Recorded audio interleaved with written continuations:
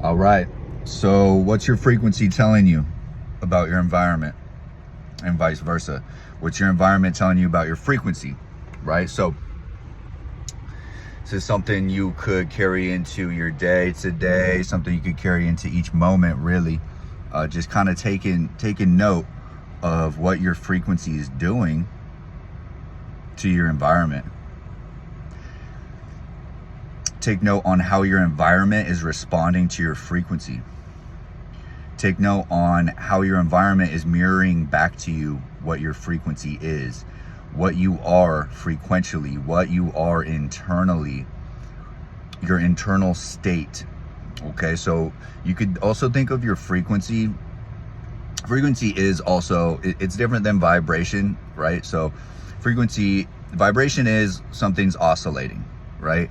Now frequency is how fast is that oscillating. It's the measurement of the vibration. Basically, that's frequency, right? And you could also say that frequency is attached to your identity, your self-concept, right? Because this is how the universe is mirroring back to you what you are, right? So that's your self-concept. Pay attention to this. How do you view yourself, as well as your worldview, because these are going to be the same. How you view the world is how you view yourself. So if you're like, I'm not sure how I view myself, well, how do you view the world? You know that. You could dig that up, right? So these are the important aspects. This is how we can raise frequency. This is how you can raise how fast you're vibrating, right? Now, something that's vibrating faster is at a higher frequency. You are more elevated, right? You become lighter, right? You're less dense. You're vibrating higher, right? So now, to me, it is of supreme importance to pay attention what your frequency is doing. Pay attention to who you are being, who you are becoming. These processes are very important. So pay attention to these things. What is your frequency telling you about your environment? What is your environment telling you about your frequency? Pay attention to these things. Go through life with this filter, this filter on.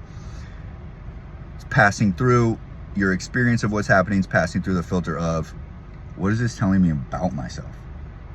Right? So without overthinking things, right? We don't need to, we don't want to do this to overthink something, right? So, but you don't want to underthink either, right? So really, man, just comes down to one thing, staying connected to source, to God, whatever you want to call it, right? Coming from that place of divine intent. So you hold your destiny, you hold your truest path inside yourself, in your hand. So you can really take a look at who's in the mirror.